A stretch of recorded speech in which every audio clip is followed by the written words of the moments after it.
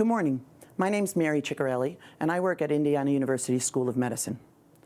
I work with children and adults with intellectual and developmental disabilities, and I now have learned to appreciate living in a neurodiverse world. I've grown in how I view the meaning of a good life and how I give myself permission to be myself. One particular rule that I've learned from families is to practice and recommend the rule never say never. So I'd like to tell you the story of 4 different self-advocates and their families. I think this story shows some ways to promote dreams with dignity. Each of these self-advocates expressed a desire and dream to learn to drive. And as is true of all of us, each of them had their own unique stories and their own abilities and limits. Story 1 is about a 30-year-old adult man with Down syndrome. He wanted to learn to drive. He got a Bureau of Motor Vehicle manual, and he carried it with him in his backpack wherever he went. He would explain to others that he was prepping and studying to take the permit test. By the time I met him, the manual was fairly tattered from years of carrying it. In fact, he had a fairly limited reading skill and might never actually be ready to take the test, but he was very proud to actually be working on it. Story 2 is about a 20-year-old with a mild intellectual disability who wanted to learn to drive.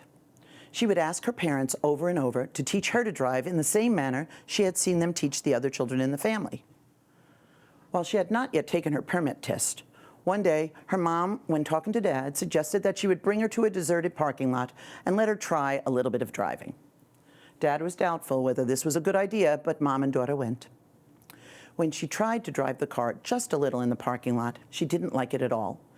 She decided herself that driving just wasn't for her. No one told her that she couldn't. She decided that she just didn't want to. Story 3 is about an 18-year-old with Down syndrome who's a pretty good reader. She studied the driver manual and successfully passed the permit test by having it read aloud to her. Then she pressed her family to take her driving. Both parents had concerns about her readiness, so they proposed an idea to have her take a driving lesson at a formal driving school. She took a lesson in a dual driver training vehicle. After her lesson, the driving instructor told her that he didn't think she was quite ready to drive yet. He suggested that she come back in a few years and try again. When you ask her, she's able to tell you on her calendar when she plans to go and try again. Story 4 is about a 17-year-old with autism. He talks well and has somewhat early reading skills. He has struggled trying to learn the driver manual and doesn't feel ready to take a permit test, but he very, very much wants to learn to drive, and he talks about it with everyone often. So his family bought a driving lawnmower, and he enjoyed learning to mow their lawn. He then took on the job of mowing some others' lawns in the neighborhood, and now he gets to ride on the local roads on his lawnmower to get to their homes. He's very, very proud of his lawnmower. He has a collection of salvaged license plates and regularly rotates a new plate onto his mower. He waxes and washes his mower. He also learns as much as he can about every new car model as it comes out each year so he can plan for what he's going to eventually buy.